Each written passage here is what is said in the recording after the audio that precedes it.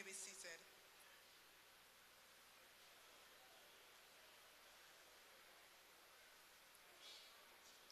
Ladies and gentlemen, this ceremony is now officially called to order.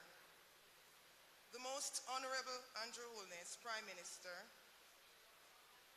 Honorable Dr. Horace Chang, Deputy Prime Minister and Minister of National Security and Member of Parliament of Northwest St. James, Senator Janice Allen, representing the Leader of the Opposition, the Honorable Desmond Mackenzie, Minister of Local Government and Rural Development, Honorable Marlene Malou Forbes, Minister of Legal Affairs, Legal and Constitutional Affairs, and Member of Parliament for St. James West Central, Honorable Omar Davis, Minister of State, Office of the Prime Minister and also MP, Dr. Derek McCoy, Attorney General, Mr. Eli Clark, Member of Parliament, Central St. James, Senator Charles Sinclair, His Worship the Mayor, Councillor Leroy Williams, and Chairman of the St. James Municipal Corporation, Bishop the Honorable Conrad Pitkin, Custos Rotalorum for the Parish of St. James, Dr. Wayne Henry, Board Chairman, JSIP, Mr. Omar Sweeney, Managing Director, Jamaica Social Investment Fund, members of the JSIP Board and senior management team and other staff members, Dr. Keith Amiel, Deputy Chairman of the JFB's Board, and Mr. Stuart Beckford, Commissioner of the Jamaica Fire Brigade and firefighters, members of the Jamaica Fire Brigade across the various parishes, members of the St. James Municipal Corporation, and members of the Montego Bay business community, representatives from the consulting and contracting firms, representatives from the various media houses, including the JIS team, distinguished ladies and gentlemen, and our regular community members out there in Montego Bay this morning, a very pleasant good morning to you today. It is indeed my pleasure and a privilege to be chairing this very prestigious, well-anticipated moment. The official handing over ceremony of the Jamaica Fire Brigade Area 4 Headquarters, Montego Bay. This milestone is worthy of us all being here this morning, and to celebrate this moment and to acknowledge what God has done for us, let us stand for the playing of the national anthem.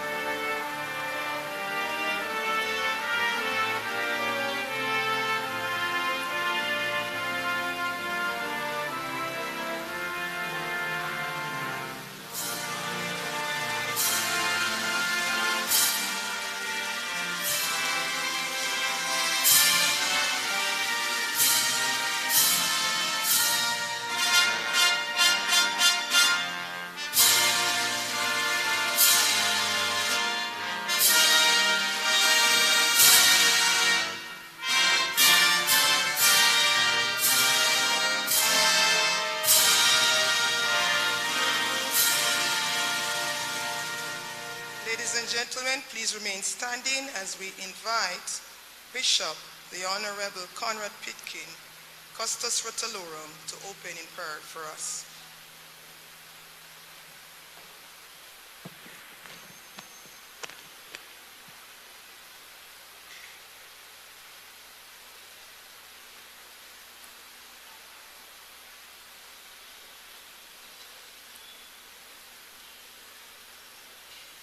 Good morning, everyone. May we bow our heads in prayer. This is indeed a glorious morning to offer our praise and our thanksgiving to God for his bountiful goodness. No wonder the psalmist David declared, I will bless the Lord at all times. His praise shall continually be in my mouth. My soul shall make boast in the Lord. The humble shall hear thereof and be glad.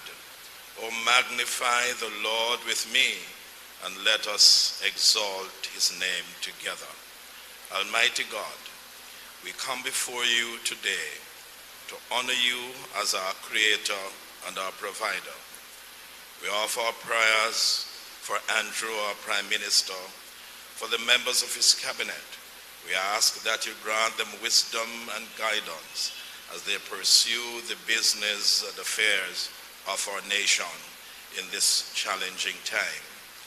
For Desmond, the Minister of Local Government and Rural Development, for the men and women of the Jamaica Fire Brigade, we are gathered today to thank you, Father, for this beautiful new fire station. We ask that you would put your hand of blessing upon this new building, and on all the equipment, on the commanding officer, and all the men and women who will be working here to give life-saving service and protection for the citizens of our parish. We especially ask that you would pour out your blessing on them as they seek to provide relief from suffering for those who need help. O Lord, we pray that this place would not only be a place of help, but also a place of kindness and compassion. May your heavenly peace be felt in this building each day as we offer dedication in the name of the Father, and of the Son, and of the Holy Spirit. We pray this in your holy name. Amen. Thank you. You may be seated.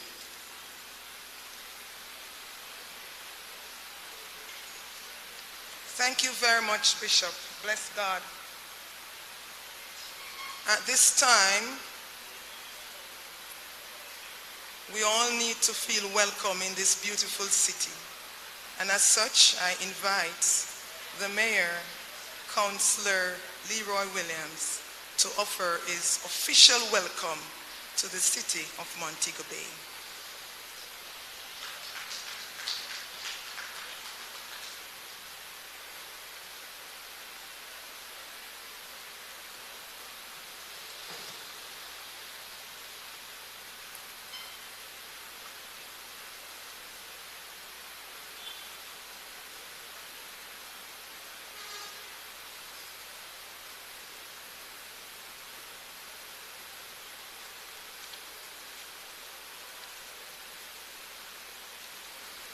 Thank you very much, Mrs. Marsha Henry, Permanent Secretary in the Ministry of Local Government.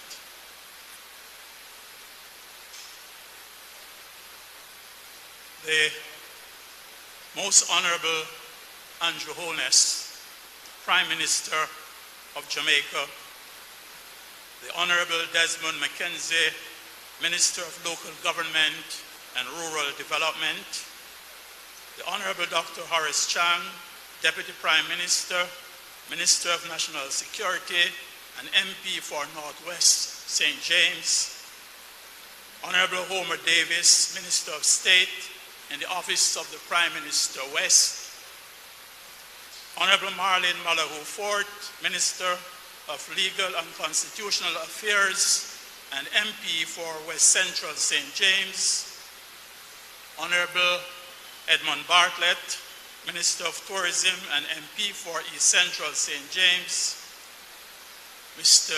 Leroy Clark, MP for St. James Central, Senator Janice Allen, representing the Leader of Opposition, Bishop the Honorable Conrad Pitkin, Custos Rotolorum of St. James, Mr. Omar Sweeney, Managing Director, Jamaica Social Investment Fund, Deputy Mayor of Montego Bay, Councillor Richard Vernon, CEO Gerald Lee, other councillors and officers of the St. James Municipal Corporation, members of the media, distinguished ladies and gentlemen.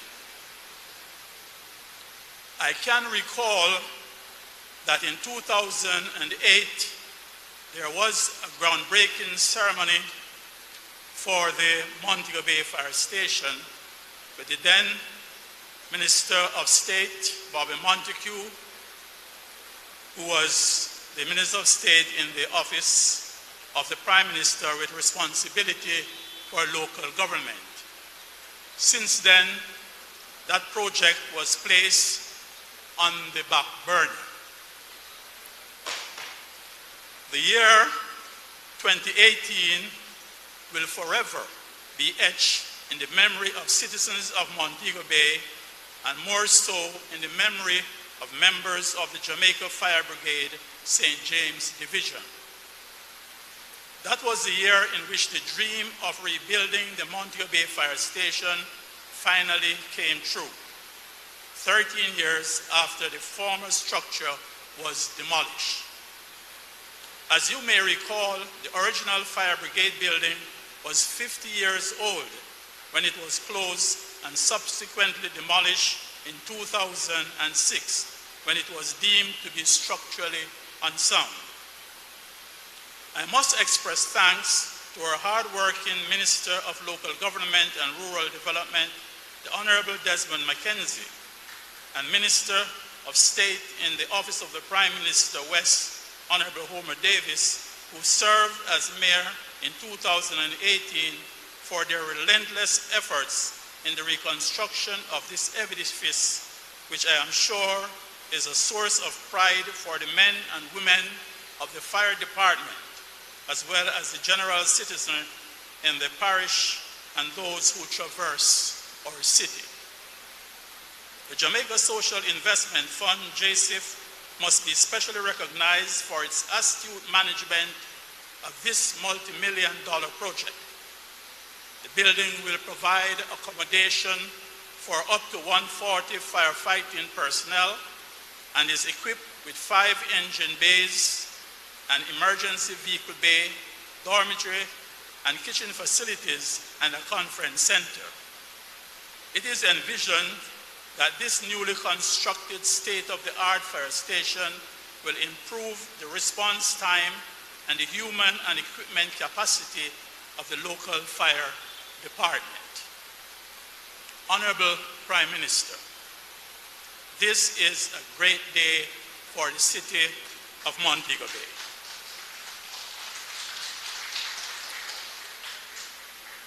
The opening of this wonderful edifice, which was constructed during the heights of COVID-19 pandemic and constructed without a hint of industrial disharmony, has given our hard-working firefighters a morale boost as they continue to save lives and protect properties. At this juncture, I must pause to pay tribute to recently retired Superintendent Mr. Dolphin Doman for his tireless efforts and years of dedicated service to the Jamaica Fire Brigade.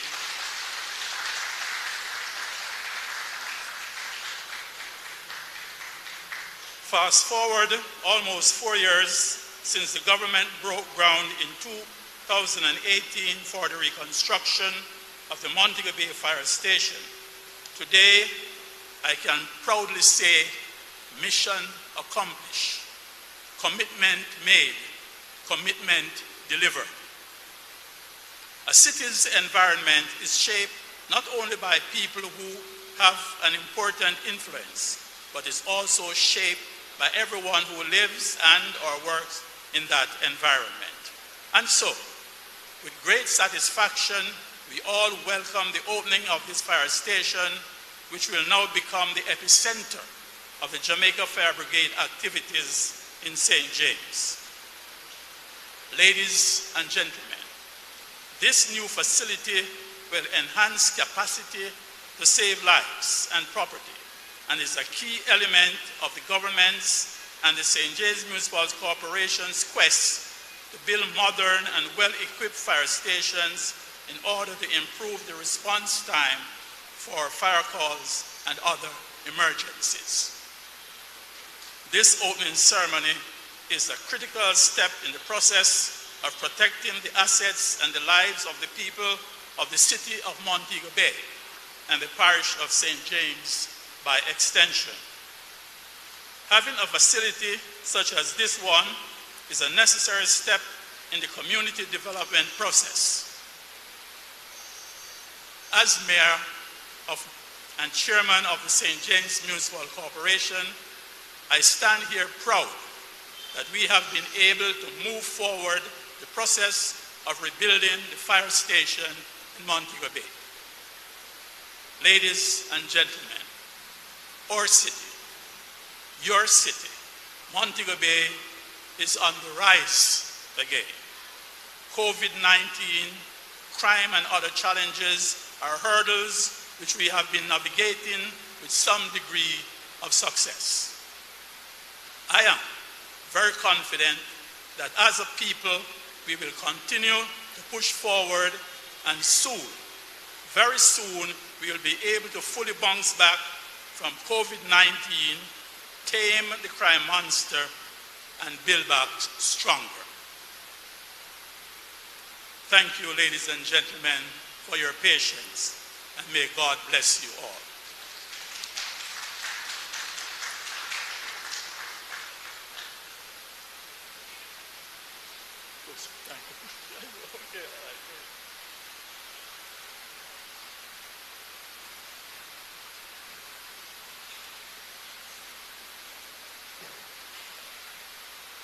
We indeed feel welcome to be with you today, Mayor Williams.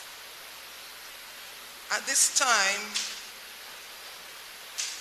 we are going to invite Dr. Wayne Henry, Chairman of the Jamaica Social Investment Fund, to offer opening remarks. After which, we'll have Mr. Omar Sweeney, who will offer the project overview without me having to come back to the microphone.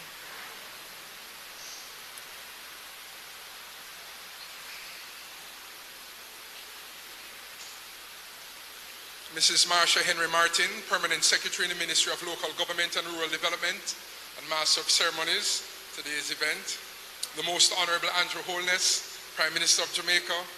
The Honorable Dr. Horace Chang, Deputy Prime Minister and Minister of National Security and Member of Parliament for Northwest St. James. Senator Janice Allen, representing the Leader of the Opposition. Honorable Desmond McKenzie, Minister of Local Government and Rural Development. The Honorable Marlene Malaho Fort, Minister of Legal and Constitutional Affairs and Member of Parliament for St. James West Central. The Honorable Homer Davis, Minister of State in the Office of the Prime Minister. Mr. Heroy Clark, Member of Parliament for Central St. James. Senator Charles Sinclair, His Worship Councillor Leroy Williams, Mayor of Montego Bay. Bishop the Honorable Conrad Pitkin, Custos Rotolorum for the Parish of St. James. Mr. Omar Sweeney, Managing Director of the Jamaica Social Investment Fund, Dr. Keith Amiel, members of the JSIF Board and the senior management team and staff members, Mr. Stuart Beckford, Commissioner of the Jamaica Fire Brigade and his team, members of the Jamaica Fire Brigade across the various parishes, members of the St. James Municipal Corporation, members of the Montego Bay business community, representatives from the consulting and contracting firms, and representatives of the various media houses, including the JIS team, distinguished ladies and gentlemen, good morning. And it's a great pleasure to bring remarks this morning. There's an elderly couple, of course, they were married for several years, no children, and in the old age, the wife decided to get a cat. And she was spending all the time with the cat, and the husband got jealous, and he decided, I have to get rid of the cat. He wasn't going to harm the cat, but just wanted to get the cat out. So without the wife knowing, he put the cat in the car and he drove a far distance and put out the cat. By the time he got home and locking up the house, in comes the cat. He put the cat back in the car and drive an even farther distance. And by the time he get back home and locking up the house, in comes the cat. And get frustrated and put the cat in the car and turn some corner and gone some long distance. And the wife is at home, she get a phone call, brrr, and it's the husband. He say, hello? She say, yes. He say, hello, honey. The cat is there? She say, yes. See the cat coming in here. I say, listen, put the puss on the phone. Me lost. I need directions to get back home.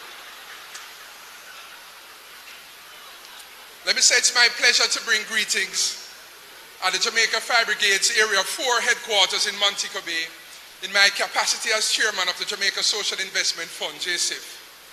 The Disaster Vulnerability Reduction Project, DVRP, implemented by the JSIF with loan funding from the World Bank, is aimed at strengthening Jamaica's response to climate change through activities related to contingent emergency response, risk reduction, and climate change resilience.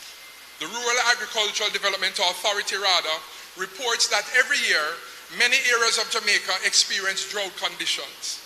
These sometimes last for long periods, causing large areas of vegetation to become very dry. In these conditions, vegetation will burn quickly, posing serious fire risks. Over the years, several brush fires have damaged crops, livestock, buildings, and general vegetation. This has caused millions of dollars worth of damage and farm losses. The Forestry Department recorded about 367 hectares of forest, that's some 960 acres, lost due to fires in 2015 alone. As part of the thrust to strengthen Jamaica's response to climate change, there is a need to also strengthen complementary mechanisms to improve Jamaica's stability and its ability to respond to disasters. This includes the rehabilitation, construction, and maintenance of critical national infrastructure, including fire stations. I recall speaking at the signing ceremony for the construction of the Yalas Fire Station and the handing over of water tender trucks to the Jamaica Fire Brigade in November 2019, at which the contract and commencement of works in relation to this fire station were referenced. Today the work is complete, and I'm pleased to be present for the official handing over of a newly constructed state-of-the-art fire station that will serve the people of Montego Bay and surrounding areas. The opening of the Montego Bay Fire Station indicates the continuous progress of the government's overall risk management efforts and strides towards sustainable development and commitment to this city's development. It is expected that this facility will significantly improve the Fire Brigade's responsiveness and effectiveness, as well as the human resource and equipment capacity of the fire department. The 4-story facility is now the most modern fire station in the region, featuring dormitories for firefighters, administrative offices, a gymnasium, and communal spaces. I wish to thank our partners, the World Bank, who in addition to their support of the DVRP, continue to do invaluable work in key areas of priority for the government of Jamaica. To the JSIF team, special commendations for ensuring that this flagship output under the DVRP project was not unduly delayed due to the COVID-19 pandemic, even in the face of construction delays. I also extend appreciation to the direct beneficiaries of this facility, the firefighters and the entire Jamaica Fire Brigade, for their invaluable contribution to nation building. I look forward to continued collaboration with our national and international partners as we continue our mission to improve the quality of life for all Jamaicans. We continue to do the work under the DVRP, and we'll see you at another opening very soon. Thank you and God bless.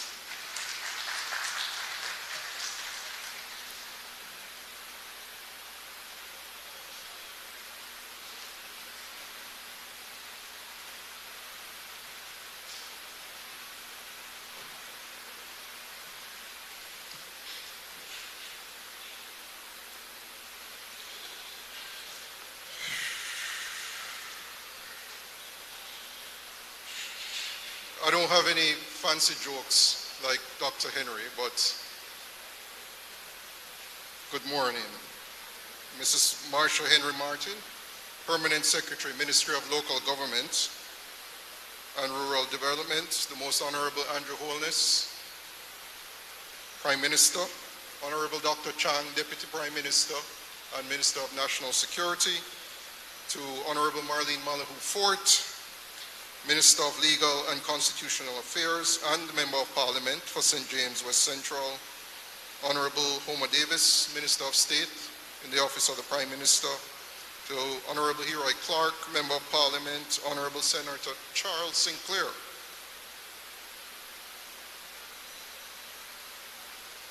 Honorable Senator Janice Allen, representing Leader of the Opposition, Bishop the Honorable Conrad Pitkin, Costas Rotolorum, Dr. Wayne Henry, Board Chairman of JSIF, and other board members present, to Mr. Stuart Beckford, Commissioner of the Jamaica Fire Brigade and his team, as well as all other members of the Fire Brigade present, members of the St. James Municipal Corporation, members of the Montego Bay community, representatives of the contracting and consulting firms, media houses, distinguished ladies and gentlemen, good morning again. You know, previous to this event, many people were asking me if I was nervous, but I'm actually going to be happy in a few hours because I was nervous 2 or 3 years ago when we started this project. And certainly it has been a long journey, a strong journey with COVID. And I really want to first ask you to join me in clapping and congratulating the operational teams of the Fire Brigade, the JSIF, the contractor that has brought us here today.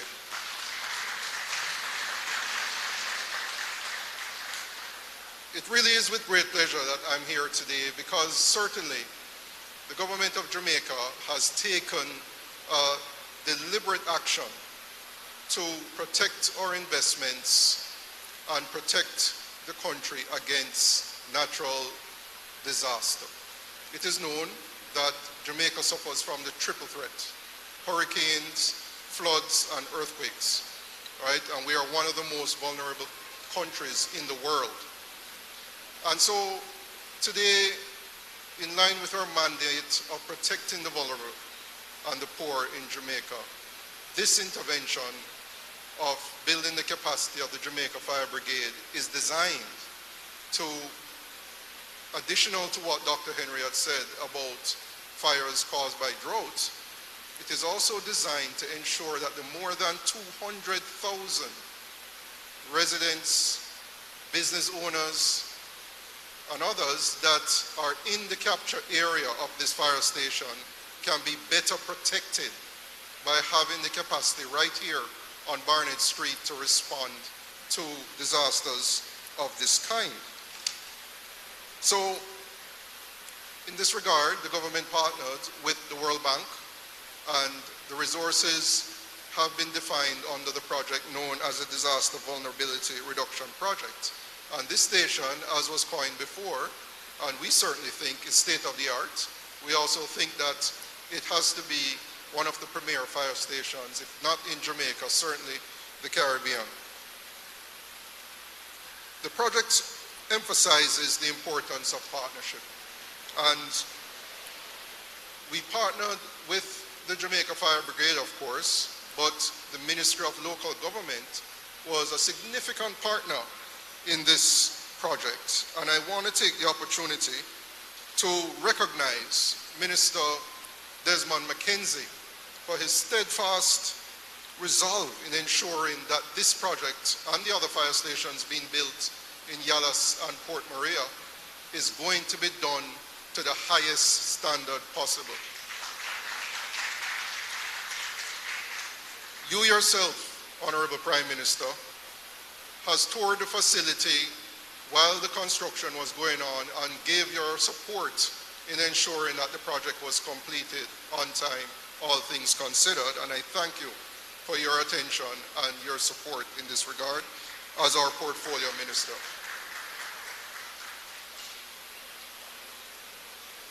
So today we're here, we will see the commencement and the operational activities of the Fire Brigade moving in this direction, and so I want to take the opportunity to just say thank you to the City of Montego Bay. As the Mayor has said, we were able to complete this project without any sort of interference, and we were also able to receive all the facilities of the Parish Council, the State Minister's Office, anytime it was requested. So we thank you for the honor of being able to complete the project, and we just look forward to seeing it continue to be used in years to come.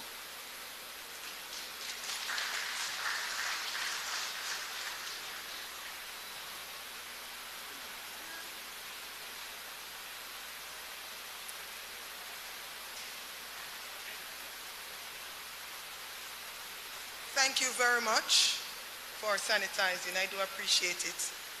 And to you, Dr. Henry and Mr. Sweeney, thank you. Prime Minister and ladies and gentlemen, it was a few weeks ago we also opened the Old Harbour Fire Station. And I recall the students who performed with Prime Minister said it was a big, bad fire station. And I remember Minister indicating that, and we have many more to open. I don't know what the JFB will say, but we are now going to invite the Commissioner of the Jamaica Fire Brigade, Mr. Stuart Beckford, to come. And as he comes, I want to also acknowledge the presence of Mrs. Helen Davis White, who has joined us, who is head of the Jamaica Confederation of Trade Unions. Come, Commissioner.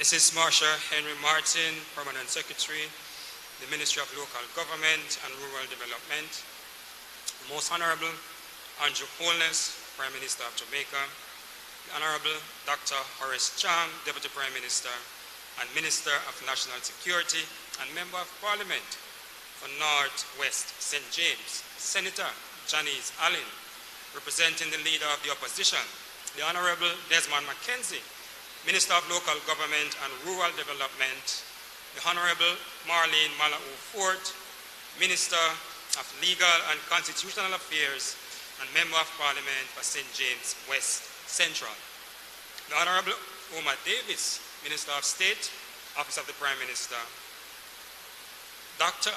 Derek McCoy, Attorney General, Mr. Eli Clark, Member of Parliament, St. Charles, St. James, Senator Charles Sinclair, His Worship, Councillor Leroy Williams, Mayor of Montego Bay, Bishop, the Honorable Conrad Pitkin, Custos Rotolorium for the Parish of St. James, Dr. Wayne Henry, Chairman, Jamaica Social Investment Fund, Mr. Omar Sweeney, Managing Director, Social JSIF, Jamaica Social Investment Fund, members of the JSIF Board, Senior Management Team and other staff members, Dr. Keith Emil, Chairman, or Deputy Chairman, beg your pardon, of the Jamaica Fire Brigade Board,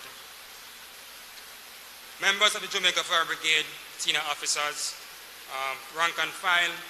I would also like to acknowledge the presence of 3 former commissioners who are here with us this morning, Commissioners Spencer, Mowat, and of course, Frederick White, members of the St. James Municipal Corporation, members of the Montego Bay business community, representative from the consulting and contracting firms, representative of various media houses to include GIS team, Mrs. Helen Davis White, General Secretary of JALGO, distinguished guests, ladies and gentlemen, good morning.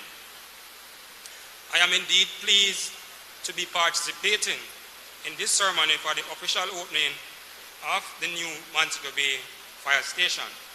Today's proceedings brings to an end the long wait for a modern facility in Montego Bay and could not have come at a more opportune time, as this year we celebrate 80 years of formal firefighting service in the St. James Division.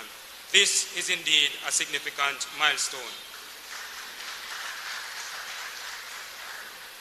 I would like to acknowledge the tremendous sacrifice made and commitment shown by the men and women of the St. James Division who were assigned to work in Montego Bay over the last 16 years in conditions that were less than ideal for emergency operation, and who, notwithstanding their working conditions, continued to provide professional service to the people of Montego Bay and visitors to our shores.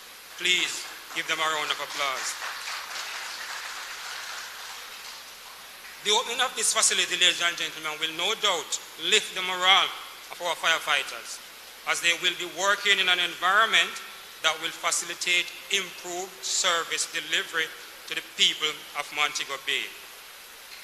This facility is strategically located or situated, allowing for mutual aid support to adjoining divisions such as Westmoreland, Trelawney, Hanover, and St. Elizabeth.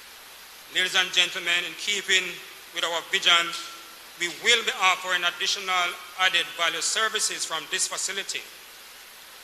These will include fire investigation, hazardous material responses, as well as emergency medical services. We'll also, no doubt, improve those services which we already provide to the public, especially those that deal with the built environment. Over the last 5 years, ladies and gentlemen, the St. James Division responded to a total of 6,917 emergency calls, to include 2,650 responses to medical emergency, and for this, they must be commended.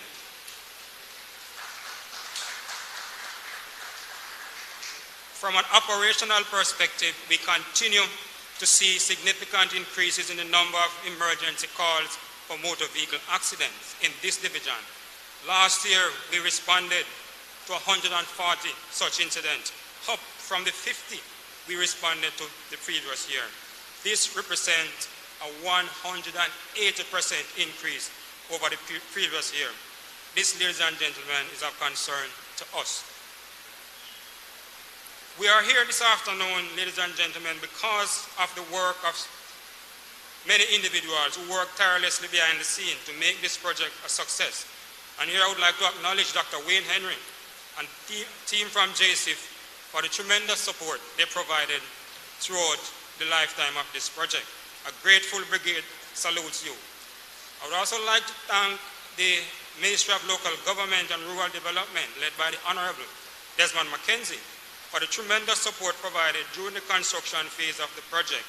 To these individuals, we owe a debt of gratitude. We want to assure you that your efforts will not be in vain, as we will do everything within our powers to ensure that this facility is properly maintained. In closing, I would urge those who will be occupying the facility to ensure the proper use and maintenance of same, as we strive to fulfill our mandate of saving lives and protecting property. I thank you.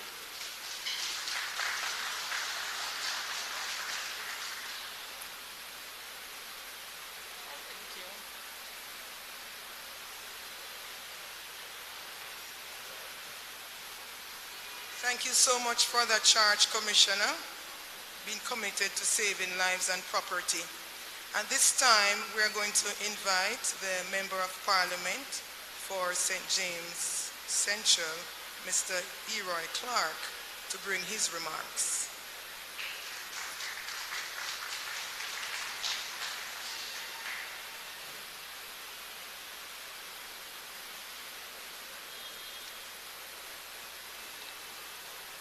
Mrs. Marsha Henry Martin, Permanent Secretary in the Ministry of Local Government and Rural Development.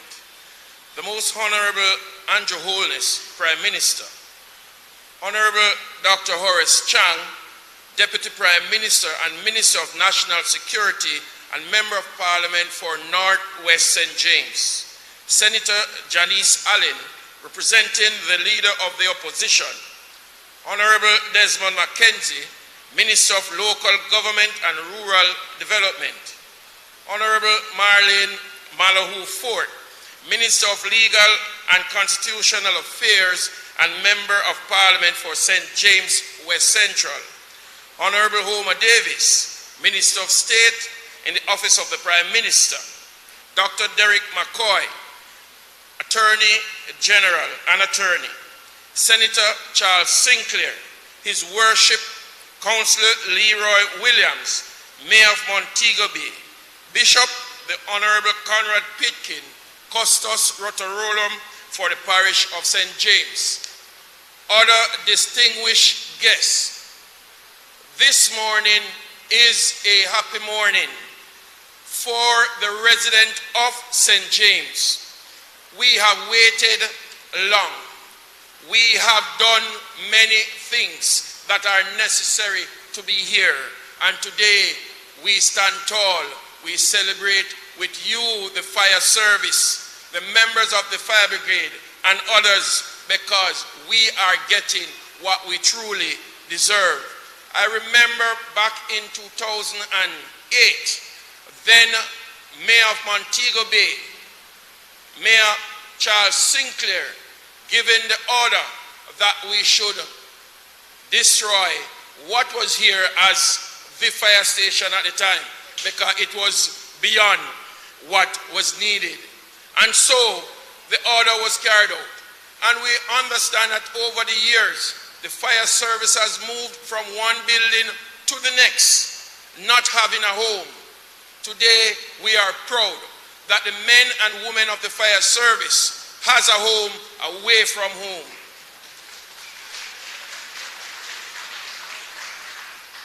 Whilst it is not just about fire, but it's all about rescue. Not so long ago, maybe 2 weeks to be exact, we had a tragic situation where the fire service was called into play. We lost lives in Montego Bay because of flooding. But as early as last night, as late as last night, the fire service was once again called upon to rescue some 7 members of the community of St. James. And so we ask ourselves the question, isn't this what is needed for Montego Bay? Yes, it is what is needed for Montego Bay. I say to the government of Jamaica and partner the World Bank that we, Lord, we give thanks. We say thank you for what you have done, Mr. Prime Minister. The operation man on the ground, the minister, you have been with us so often, and each time coming to Montego Bay, you have to pay a visit to what is happening at the fire station. And so I say thank you on behalf of the residents of Montego Bay. We cannot say to the firemen and women how pleasant it is to have you among us. Your job, your task take you across the waters in so often, on many occasions, but you have continued to do your work.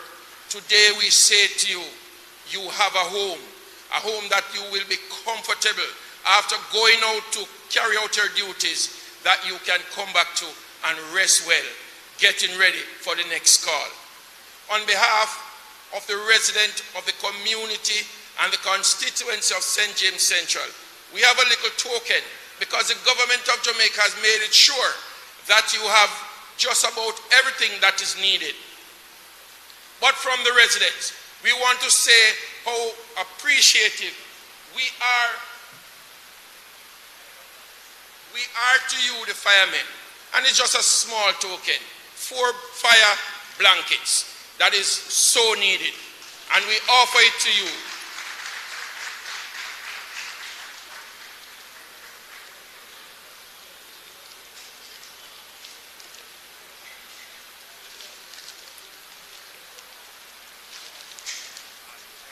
We offer it to you because, you know, we understand that, yes, you're going to get fire trucks. You're going to get just about everything. But this is what it is that is needed so often that you're called to duty. Sir, this is what it is. Just some blankets that is used in your duties.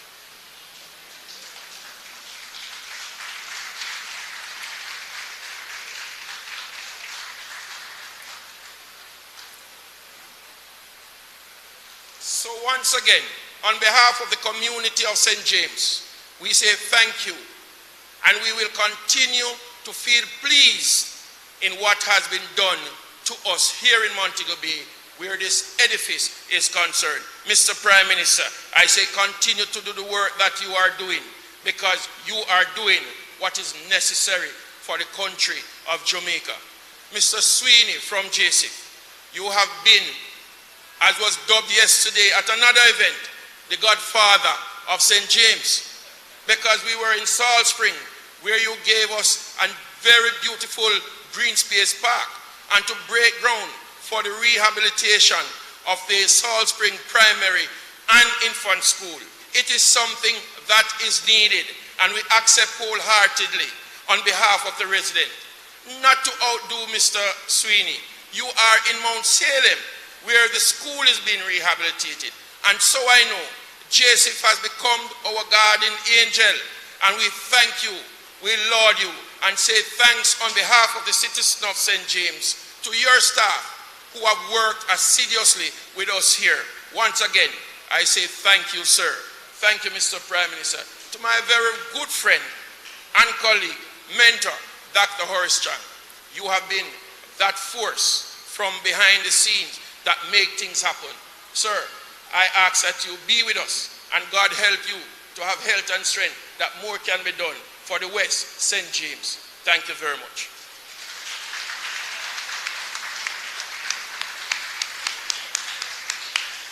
Thank you very, very, very much, sir, on behalf of the Jamaica Fire Brigade. Minister, I dare say next time we need fire blankets, we know where to pen the letter. Thank you again. We are now going to invite Senator Janice Allen on behalf of the Leader of the Opposition to present her remarks.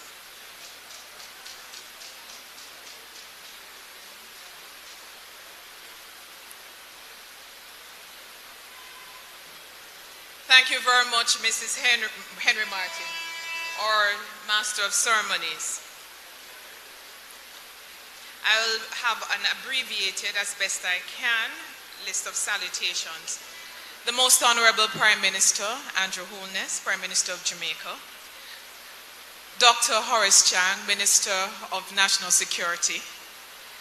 The Honorable Desmond McKenzie, Minister of Local Government and Rural Development. The Honorable Marlene Malahoo Fort, Minister of Legal and Constitutional Affairs. The Honorable Homer Davis, Minister of State in the Office of the Prime Minister. Custos Rotularium for the Parish of St. James, Reverend Conrad Pitkin. His Worship the Mayor, Councillor Leroy Williams. Senator Charles Sinclair. Mr. Heroy Clark, Member of Parliament, Commissioner of the Fire Brigade, Mr. Stuart Beckford, and also the Assistant Commissioner responsible for Area 4, where we sit, Mr. Floyd McLean, Mr. Omar Sweeney, along with the Chairman, Dr. Henry of JCIF, representatives of PaveCon Limited, distinguished guests, ladies and gentlemen, good afternoon. I greet you well. It is a pleasure for me to be here this afternoon to bring some remarks on behalf of the Leader of the Opposition, Mr. Mark Golding, who could not be here. But it's equally my own pleasure being here this morning to join for the opening of this new facility.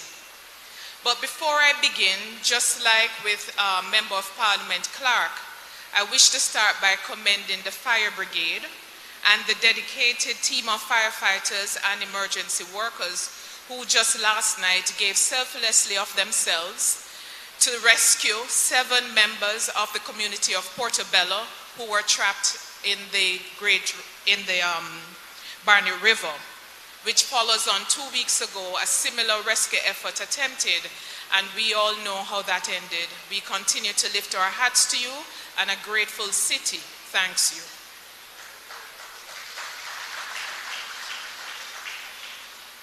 It is good to see that the residents of Montego Bay will receive or are about to receive a newly constructed fire station under the JCIF's Disaster Vulnerability Project. With just over 30 fire stations island-wide, the construction of this station was very much needed.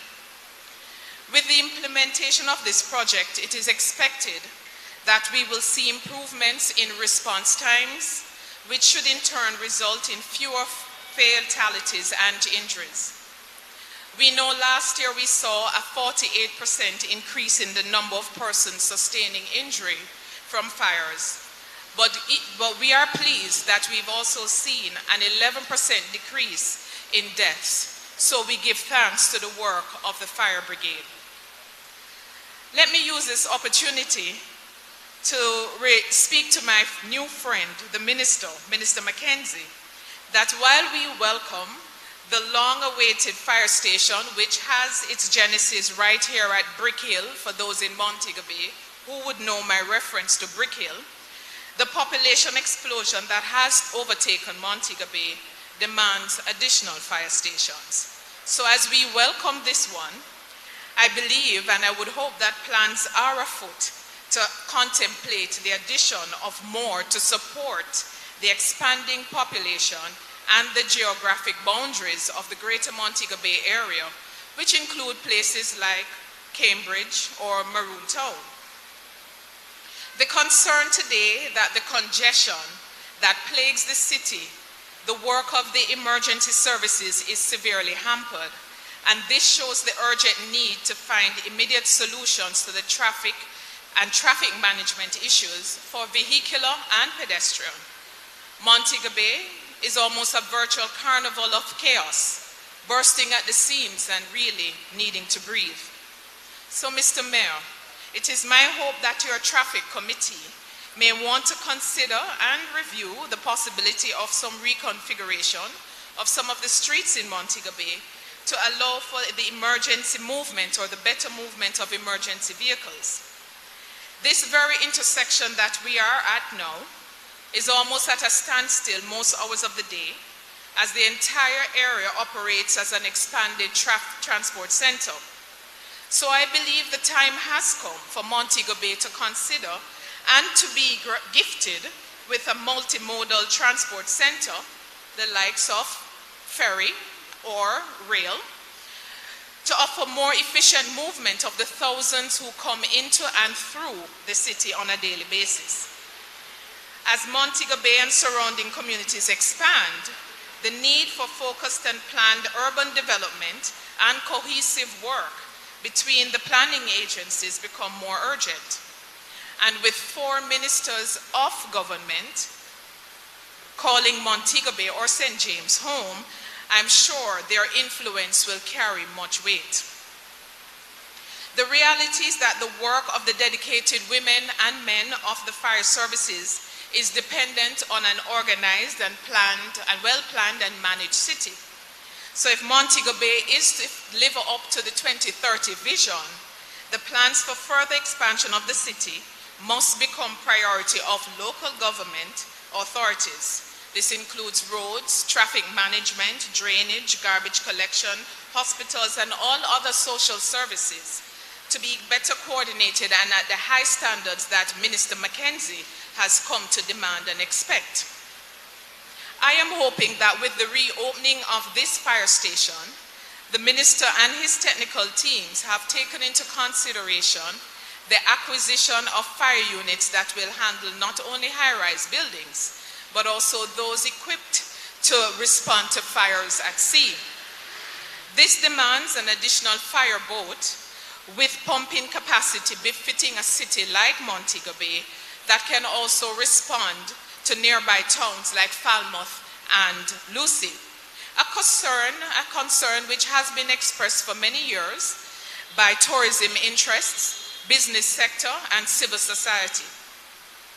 I must add that with the fragmentation of the Cornwall Regional Hospital, the ambulance service has also suffered a similar fate.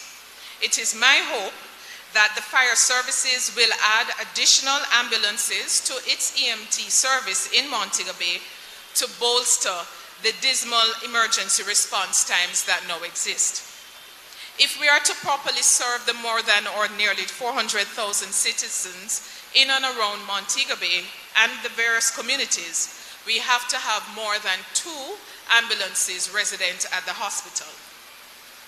I use the opportunity today to commend our firefighters for responding always to the call of duty and for continuing to put your lives at risk to save lives of others.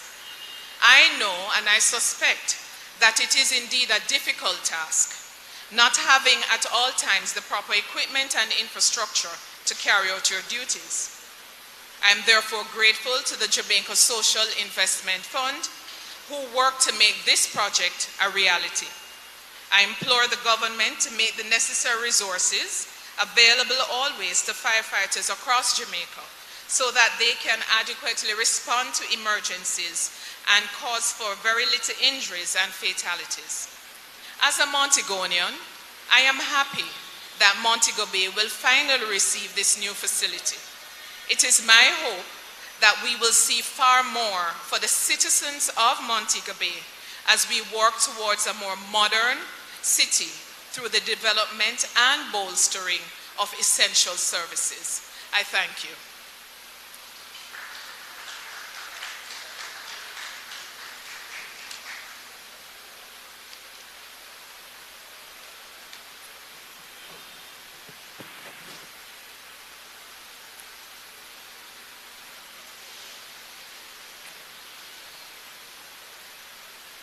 And at this time, we invite the Honorable Desmond Mackenzie, Minister of Local Government and Rural Development with portfolio responsibilities for the Jamaica Fire Brigade, to bring his remarks.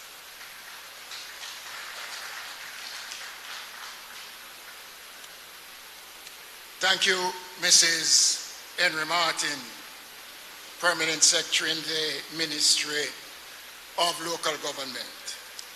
Most Honorable Prime Minister,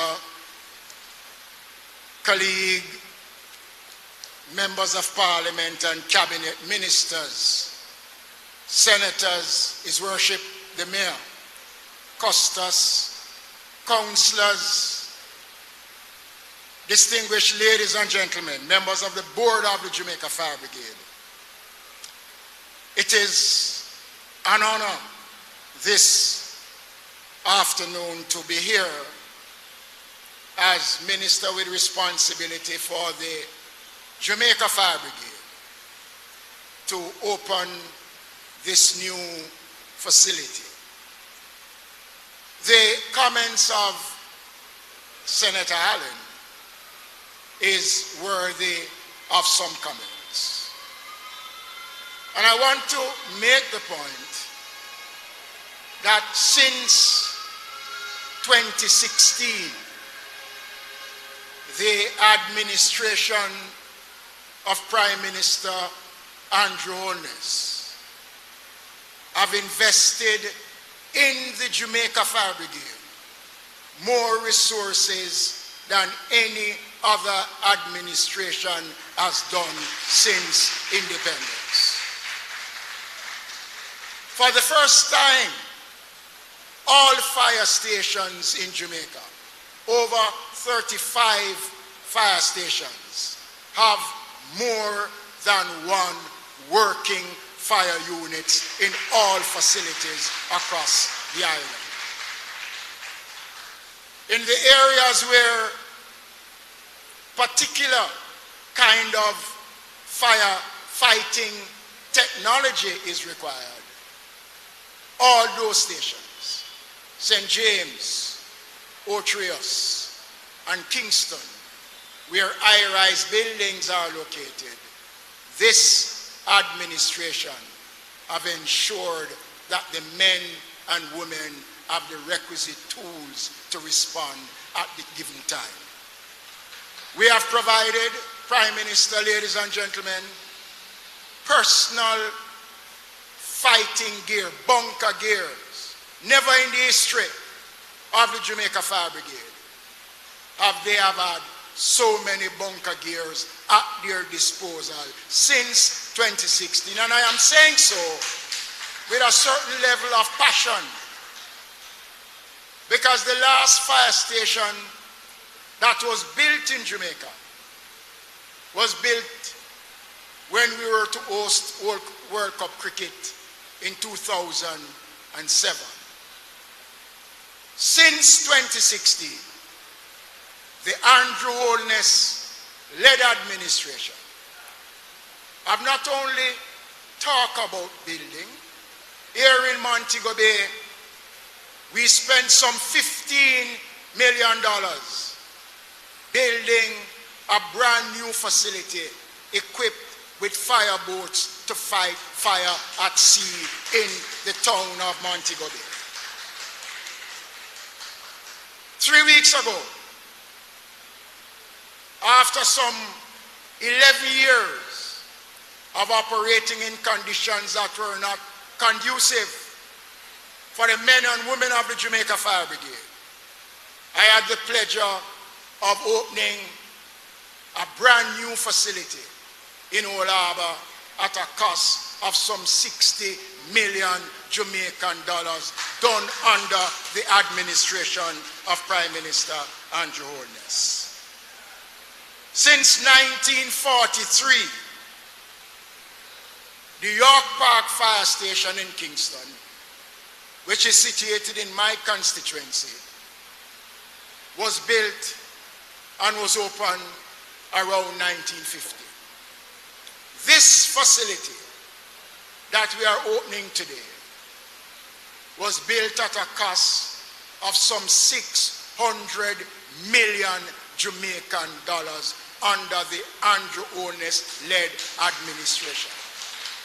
So we are proud, Senator, ladies and gentlemen, that we have been able to respond to the needs of the men and women of the Jamaica Fire Brigade. And we're not finished yet.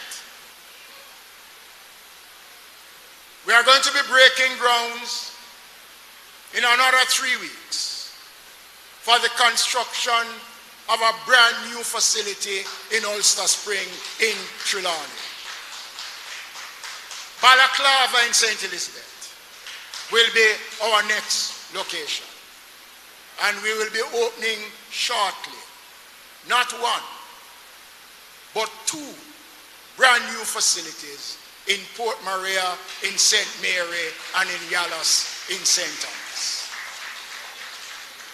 This administration is committed in ensuring that the men and women of the Jamaica Fire Brigade, and I want to commend them for working in conditions that demonstrate their ability and commitment and loyalty to the job. And I want to commend the Commissioner and the team, because today is a game changer for the Jamaica Fire Brigade.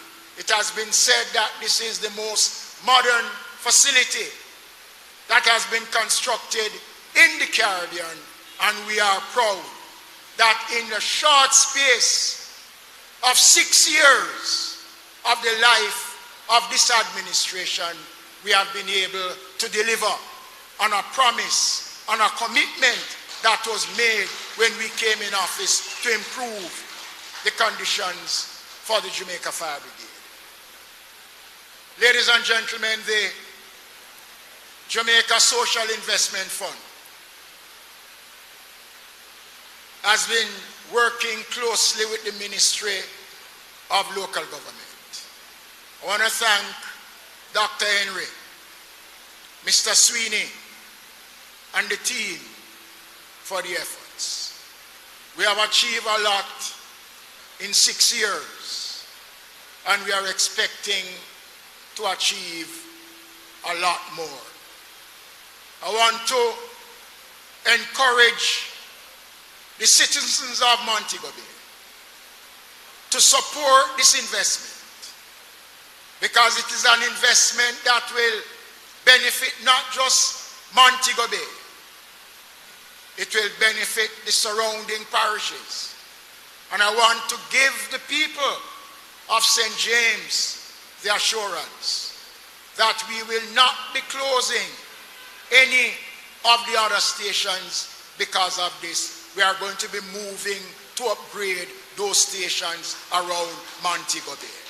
So today, I am honored, pleased, happy to be here with you in St. James on this very wonderful occasion of a government who continues to demonstrate the capacity to give support in the areas that is needed, and to challenge our men and women in the Jamaica Fire Brigade to continue the same level of professionalism that you have demonstrated over the years in the execution of your responsibility.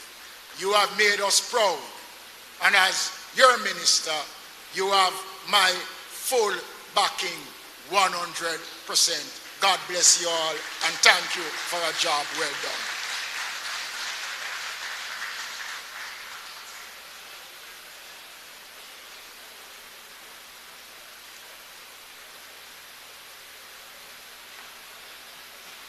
Ladies and gentlemen, we have been listening to a lot of talk since 11 something this morning.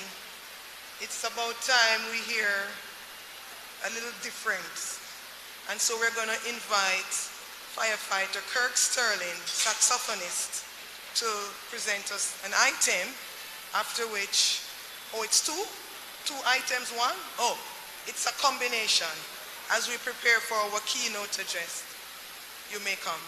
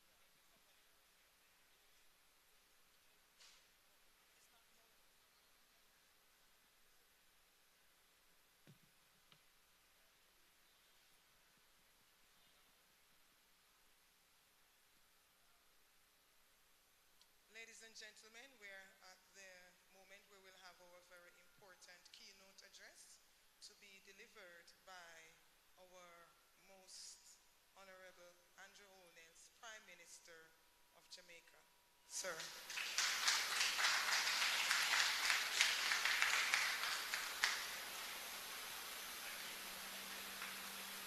Thank you very much. Please be seated.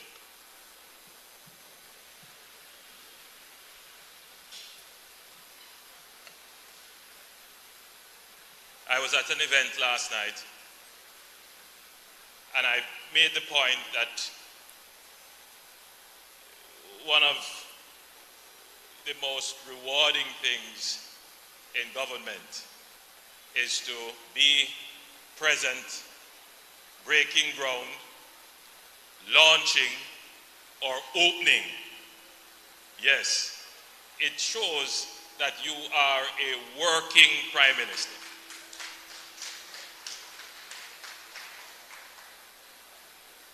And I have made a point of keeping all my shovels and hats. They don't allow me to keep the scissors, but I have enough shovels and hats and hopefully plaques to know I could safely say that I have broken ground for far over 100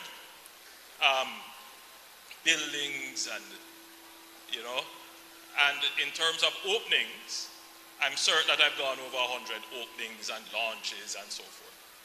So if you're measuring the productivity of the government, and that is a very good metric. And by all means, this is a government that is performing.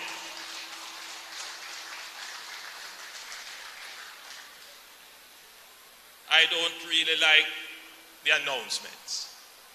So do I have to make announcements because it is a part of my formal duties? What I praise and what I'm always happy to do is the openings, because that now shows the completion of the cycle.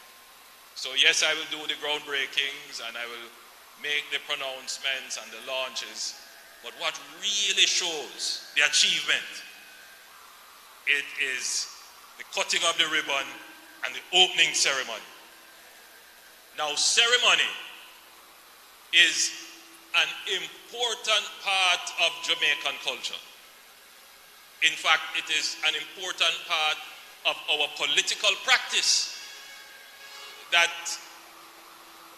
for everything the government does, we have to have a ceremony for it.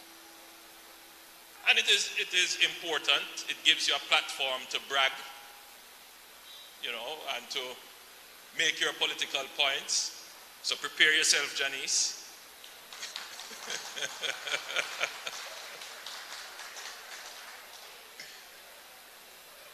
But the ceremonies don't have to be eternal for them to be immortal. And as I say that, my mind reflects upon a former politician, a former chairman of the PNP, Bobby Pickersgill. In Parliament, he would preface his presentations with that phrase, that the speech does not have to be eternal for it to be always remembered, meaning immortalized. And I intend to follow that today. Now, having said that, Wayne, you need to share that book from which you get all those jokes that you give before you start your speech. You agree with me, Janice? I wondered where he got all those jokes. So, to save time, I would say, good afternoon, nice and decent people, all of you.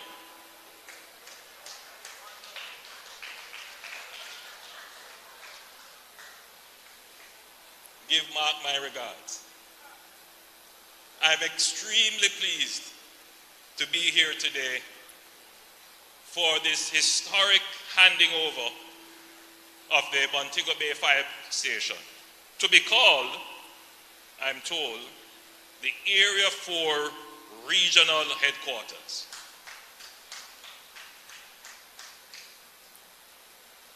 This has been a long time in coming, and I'm certain our firemen and women, as well as the residents, are very happy with this. Our fire brigade has a long history, dating back as far as 1879. That is over 150 years. And the brigade has played a crucial role in the development of Jamaica's disaster prevention, management, and response. As we celebrate our 60th year of independence, we look at the opening of this impressive building, the center of operations of the brigade in the western part of the island, as another important milestone in the life of the Jamaica Fire Brigade and another important accomplishment in Jamaica's history. This building, I'm certain, will last 100 years or more. It is well built.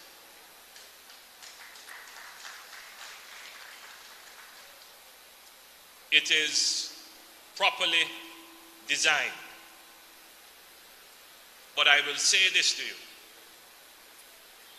If what we expect of the future of Montego Bay materializes, then this will become a mere substation in the next 20 years. Yes. So the building will be here. But if the city expands and grows as we expect, then you will fast outgrow this facility. And that is what we want to see. We want to see the growth of the city. But in an interesting way, the city can only sustainably grow and expand if we build facilities like these. And the truth is that governments for the last 50 years, Minister Davis, have not been able to make these kinds of investments. Why haven't we been able to make these kinds of investments? Primarily because we did not manage our fiscal affairs well. Now, I want to make a subtle point here. A review of Jamaica's financial history would conclude that Jamaica borrowed to finance its development. There's nothing wrong with borrowing. The real question is, how much revenues are you going to be earning from your borrowings if you use them productively? How are you going to control your expenditures such that you create the fiscal space to repay your debt? If you continue to borrow to finance development, you are going to eventually narrow your fiscal space such that all your revenues have to go back to repay interest and repay debt. And therefore that narrows your ability to make investments. So for many years we have been doing that. And we end up, when we borrow, not only to build edifices like these, but we end up borrowing for recurrent expenditure.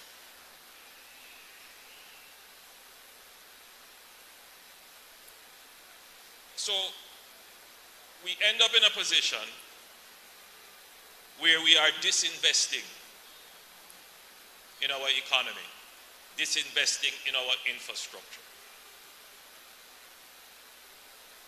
A decade ago, the nation as a whole came together. We were on the brink of a crisis. Well, we were in the crisis, about to go over the precipice. Some would say we went over. But we came together as a nation. And in that coming together, the financial sector, business sector agreed that, they would postpone the repayment of some of their debt and other things. Government agreed that we would put in place certain legislation and we would change the way in which we spend, no more run with it behavior. And the unions agreed to a wage freeze. That was a signal moment in Jamaica's history. Signal moment. When all the stakeholders came together and we overcame those challenges. Jamaica has it within us to overcome all the problems that we face, all the problems that confront us. We have it within us to do it. If it is one thing that I am proud of this country about, is the strong civil society that we have, the strong social conscience that we have. Now, we are starting to see some light. As a result of that, our debt to GDP ratio, which sometimes hovered as high as 141%, some even said it went up to 150%, depending on how you measure it, came right down to now we are about 96% of GDP. We were 94% just before the pandemic, trending towards 90 and below. Pandemic hit us, it went up back to 110, but look how quickly we have recovered. We have gone right back down now to 96%. The end of this fiscal year, we could be at about 90% or lower, depending, of course, on how our revenues recover, how we manage our expenditure, and if there are no more shocks. Because we are an open economy. And that means that we are susceptible to shocks. COVID was a shock. The war in the Ukraine was another shock. A country like Jamaica, through those two critical shocks, managed to stay stable, recovered our unemployment rate.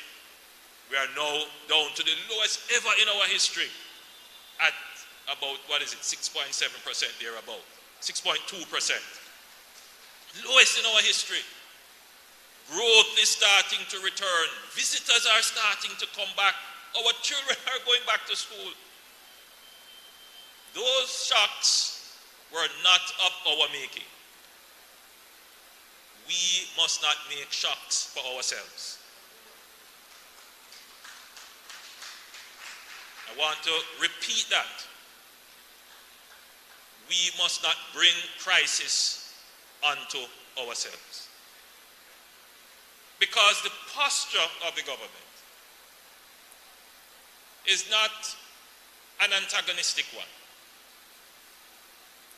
The posture of this government is to take on the challenges, but to do so in a respectful way, because we recognize that the power of the government does not only lie in the authority of legislation, but it really lies in the people. And when the people act reasonably, everyone benefits. So, as the Prime Minister of the country, I want everyone to appreciate that I am indeed your steward, your servant. My job is to manage your affairs. And it means that there has to be an incredible balancing act, because we have to look at everyone's affairs. Everyone. Teachers, firemen, traffic, security, the national debt, and we have to put all of that into an equation that will deliver growth and employment. And we are trying to solve that equation, which is very complex. So I urge everyone not to make the situation more complicated than it already is. It is one pool of revenues. And if we do anything to stop the flow of revenue into that pool, there will obviously be less for us to debate about how it is to be shared out. So whilst we have concerns, many of them genuine and legitimate, and they should be spoken of loudly, don't take action to stop the revenues from flowing into the pool, which you will need to negotiate about. It is not in your interest to do it. Not in your interest. We are committed to the well-established principles of industrial negotiations. And we believe that process must work. I'm very happy to acknowledge Helene is here representing obviously the union that represents the fire workers, the firemen and women. And I want that message to go out. Our industrial relations, attitudes and behaviors, I believe, would have matured significantly over the last 50 years.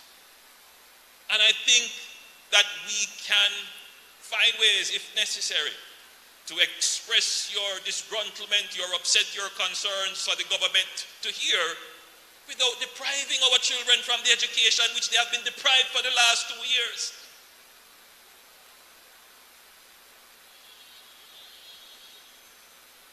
It's not in our interest to kick over our own milk.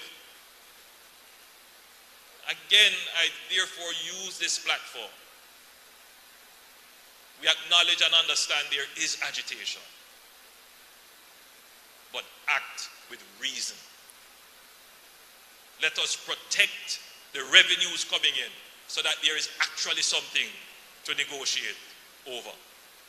Don't go back to the last 50 years of contention. What we have seen is when we come together, we sit around the table, we negotiate, which we have,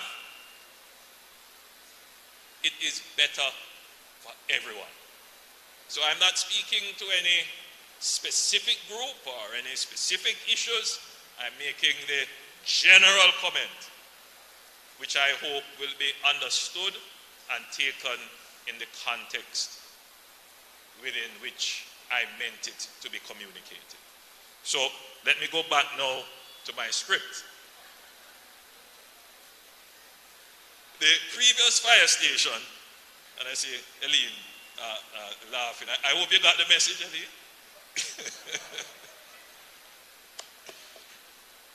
The previous fire station, known to many as the Barnett Street Fire Station that served Montego Bay and Greater St. James for several years, was in a terrible state of disrepair and became an uncomfortable place for members of the brigade to work. In 2006, the facility was demolished and the firefighters were temporarily housed at a facility in the Montego Bay Freeport. And that was supposed to be a short-term arrangement which lasted for 16 years. This new building, therefore, will transport our fire brigade into the 21st century. With features and amenities, it is the first of its kind in the English-speaking Caribbean, and our fire brigade will now be able to advance its firefighting services in all areas, including training. Now, Minister Mackenzie, you didn't tell us the cost of this building. You did? Then let me repeat it. It's 580 million Jamaican dollars. $500 million, a little over $500 million spent on constructing this building. And it was done, obviously, in partnership with the World Bank through a loan provided under the Disaster Vulnerability Reduction Project, and it was managed and facilitated by the Jamaica Social Investment Fund. And JSIF has been doing a spectacular job in ensuring that social investments, things like these, are done. They are done on budget, they are done efficiently, and their value to the public is secured and well received. The building is 34,073 square feet, and the superstructure stands at 4 stories high, and it's constructed with a steel-reinforced concrete. It's a steel-reinforced concrete structure. Now, you will see that the building boasts 5 engine bays. It has emergency vehicle bays. It can house 140 firefighters, 70 male and 70 female. It has office space, proper kitchen and pantry facilities, a well-equipped conference center. It has an electromechanical room, a library. It has an officer's lounge. It has an underground water tank. But when I toured a few fire stations, I believe it was 2 years ago, or 3 years ago, a firefighter said to me, "Prime Minister, we are here, sometimes we're just sitting down, waiting on a call. We should have a gym." And in fact, I'm trying to recall which fire station it was, but they had it was in Hanover, yes. They had an improvised gym that they all came together and they had a bench press. And I said to the minister, listen, all our fire stations should have a gym. And I am happy to say that this fire station has a gym, which I hope it will be used so that our firefighters will be all fit and ready to go when called upon. And indeed, we have now started to put in gymnasium in all our fire stations. So that's very good, Minister. Our first responders must be in the tip-top shape and healthy, ready to respond. You know, I wouldn't want the firefighter to turn upon the scene and find that he's not flexible and fit to respond. And I see all the firefighters there nodding that they are all ready and able to respond physically. Now, I want to place this structure in context. This obviously is not the only fire station that we're building. This might be the one in which we have spent the most resources on and the most equipped. But just a few weeks ago, Minister Mackenzie was in Old Harbour, and he opened one there, and I am told that I have to slot out in my diary for at least 2 more openings, which obviously I like to do. St. Thomas is next. St. Thomas is next. But I ask the Jamaican public to, just for a minute, with all the noise that you have to process, all the challenges that you are confronted with, but just to honestly reflect on the performance of the administration in the build-out of critical public infrastructure that increases the capacity of government to serve your needs. Look at what we're doing with our police stations. Significant investments, the largest ever investment in the national security apparatus. It is large, but I would dare say it is still not enough in order to truly be commensurate to the security challenges that we face. We still have a large security gap which we need to fill, and we need to make more investments in security. But when we start now to think about climate change and unpredictable weather, we have to be prepared. And so we have to build out the fire brigade infrastructure to be able to respond, but not just to these challenges that are beyond our making. But as I looked at the statistical performance of the fire brigade, I see where, for example, the fire brigade in West Bolon responded to 460 ambulance runs and 402 motor vehicle accidents.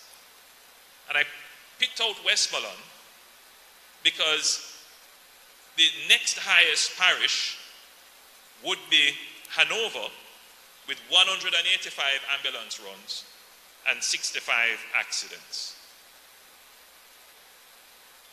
The parish next to that would be St. James with 222 hospital runs and 152 accidents. When you look at these three parishes, they account for a significant call on the resources of the Jamaica Fire Brigade. These accidents, however, a significant part of them are motorbikes.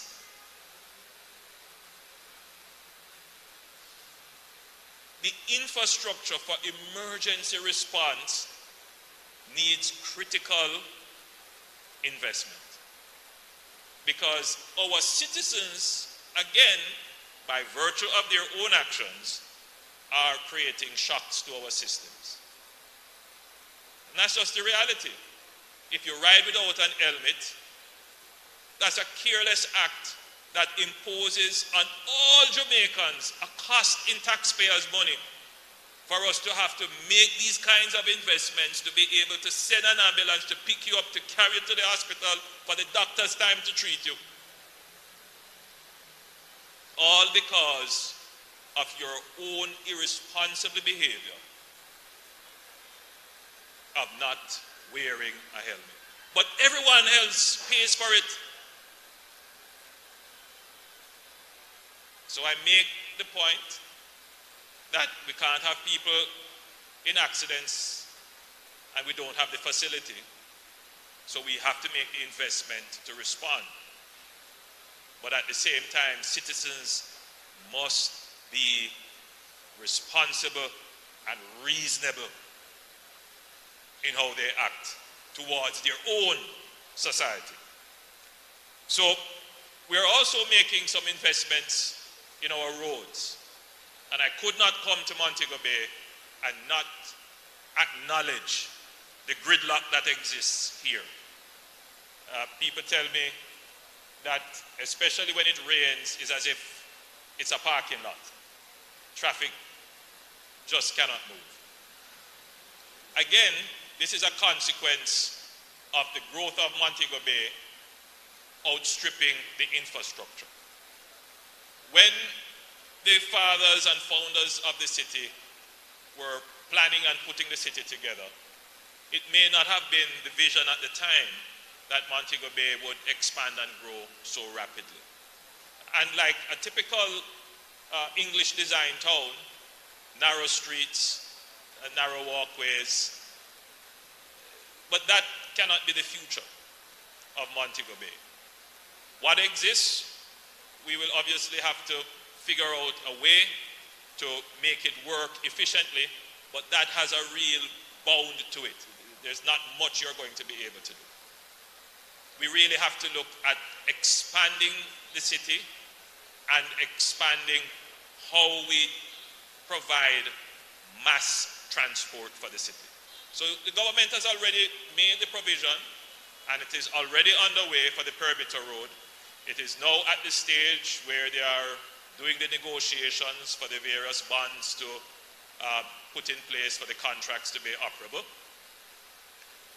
In the interim, the government has allocated 200 million Jamaican dollars to improve the quality of local roads, and I just want to be sure that I'm giving the right information. So that $200 million, Janice, will be invested in ensuring that we improve intersections, critical intersections, by widening and putting in the proper signaling, resurfacing the roads, and putting in various sensors where necessary. And so we're looking at, for example, the Westgate Road, Mount Salem, Catherine Mount, and Providence to Norwood. And that would create, Minister Chang, you would say that that would create an alternate route to taking the Howard Cook Boulevard. So there is some amount of interim response to the concerns that you have raised. I am not here telling you that that is sufficient or it will solve the problem. It will ease the problem. But the long-term vision would be the perimeter road and to have planned developments wherein the traffic is considered up front in the development. And that is what we are now doing. There are some other plans to come, which I don't want to announce everything here. I have to leave some for my budget presentation. But there are other plans being worked on that will improve the traffic flow, not just in Montego Bay proper, but when you are coming out of Montego Bay and you start to hit upon some bottlenecks coming out of Montego Bay. So we are doing a comprehensive program for Montego Bay, including drainage, which is, we have seen now, is critical because it appears that you now have a 2-year cycle of heavy rainfall, which causes flooding. And that can only be solved by putting in place paved drainage that is properly designed to take the water off the many roads and rooftops that are in the Montego Bay area. So I want to assure you that the government understands, we hear the plea, and look, my posture and policy is this. If people are having challenges, they must talk up about it. It's important that the government hears what the challenges are, but they should also be comforted and know that the government that you have elected is responsive and responsible. So, with those few comments and key points, let me officially open let me give it the appropriate name. It gives me great pleasure to officially open the Area 4 Regional Headquarters for the Jamaica Fire Brigade.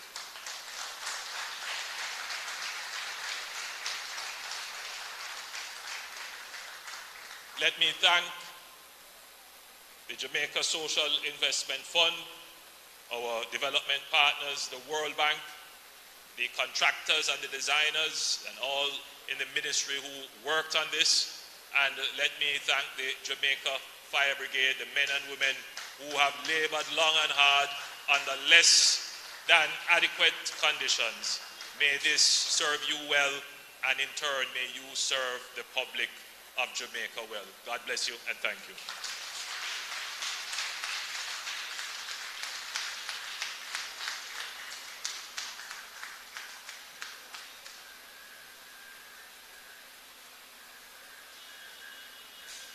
Thank you very, very much, sir. You have given us a lot to chew on. I must say your presentation was quite sober. And as we have come to a very important segment of the ceremony today, I want to underscore a few points the Prime Minister spoke to. Sustainable city planning, strong social conscience, economic considerations and current realities, You mentioned shocks and that we have an open economy and that we must display a mature attitude and to act with reason. I particularly want to underscore that our Prime Minister spoke to us that we must not make shocks for ourselves and we must not bring crisis onto ourselves. Instead, we must be citizens that are responsible and reasonable in how we act. Sir, I was listening very well. Thank you, sir. Right, Minister Davis? So we have come to a very important part of the ceremony, the dedication of the building. I am going to invite Bishop the Honorable Conrad Pitkin. I believe the cutting of the ribbon is on that side. Do we have a cordless mic we could give to Bishop? And then I'm going to invite the persons who are on the program to include our Deputy Prime Minister and our ministers present today to go on the tour with the touring party.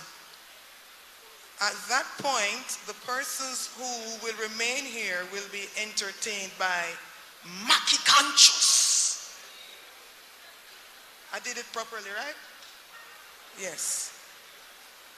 And thereafter, I believe refreshments will be served. So as we come with the microphone for, oh, we're using this one?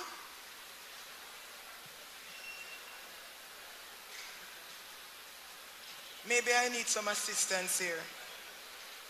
So the touring party will include the Most Honorable Andrew Holness, Prime Minister of Jamaica, and of course, my own minister, Minister Desmond Mackenzie, Dr. Henry, His Worship the Mayor, Councillor Leroy Williams, Mr. Sweeney,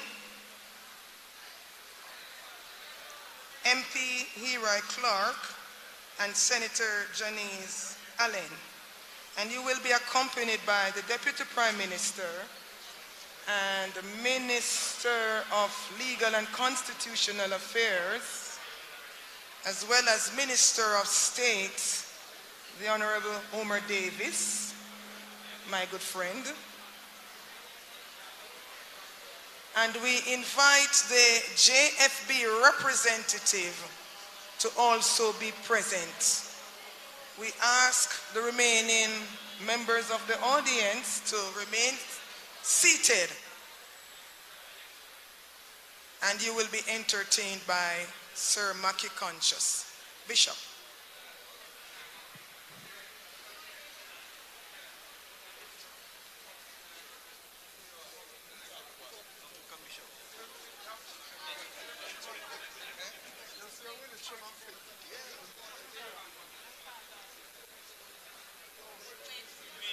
Maybe he would recognize wisdom in decision.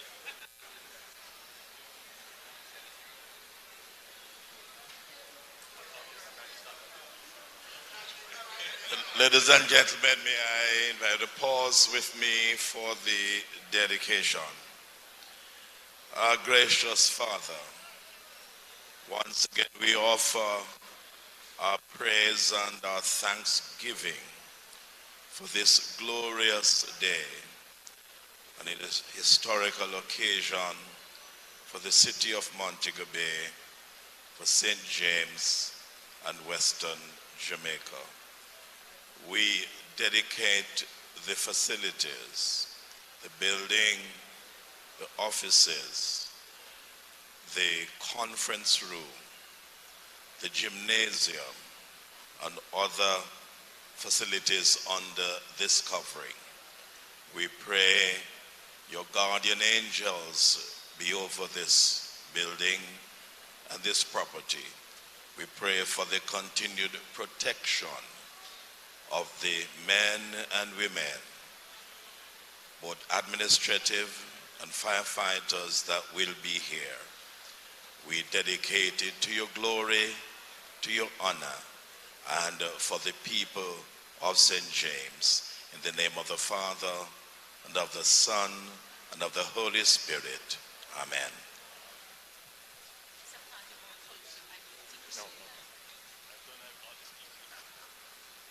All right, everybody's ready? You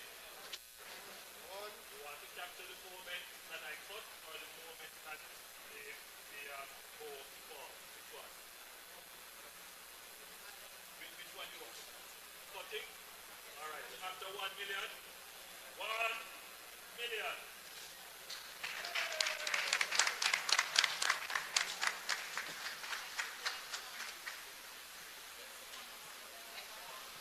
Could we have the JFB representative?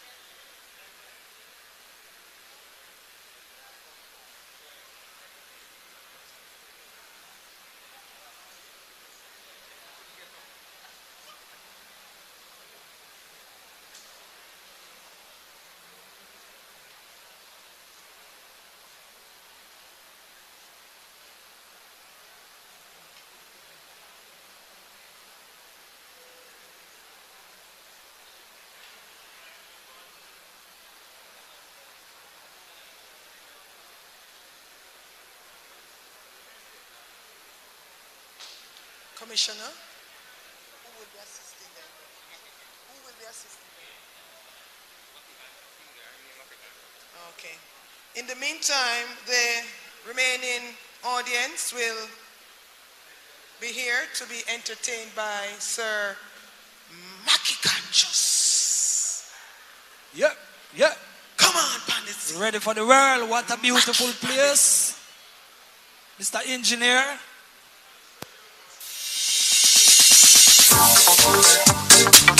Not that one.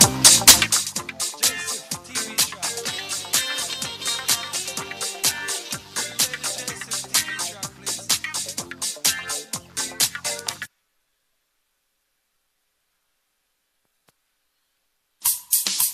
Yeah, man. What a nice place, doing. Nice, Jamaica, ready.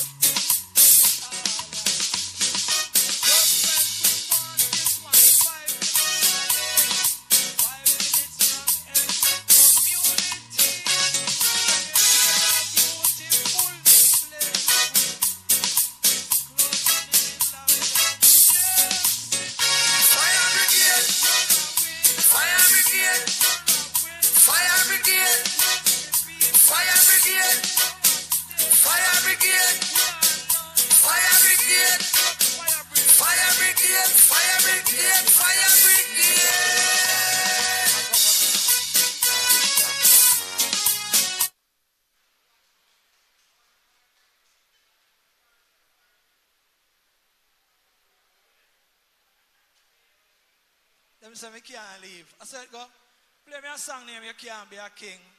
There's a track, Can't Be a King. Give me that one. Them say me can't do it. That's what I'm trying to say.